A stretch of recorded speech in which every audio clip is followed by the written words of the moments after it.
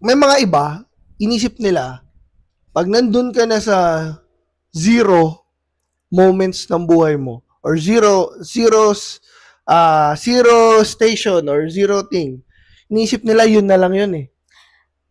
Actually, 'di ba, ang sabi nga kapag nasa zero or nasa baba ka, nasa pinakababa ka na, there's no other way but to go up. Yes, tama. Wala ka nang ibababa. Pataas na lang Pataas yun. ka na. Kasi, ang zero rin is, starting stage nga siya actually. Oo. Di ba sa algebra, nung element? Math? Algebra. Okay.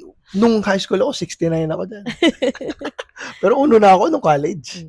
Diba? Tawag dito, di ba sa algebra, sa ganyan, ano kasunod ng zero? Dalawa yan eh. Kaliwa kanan eh.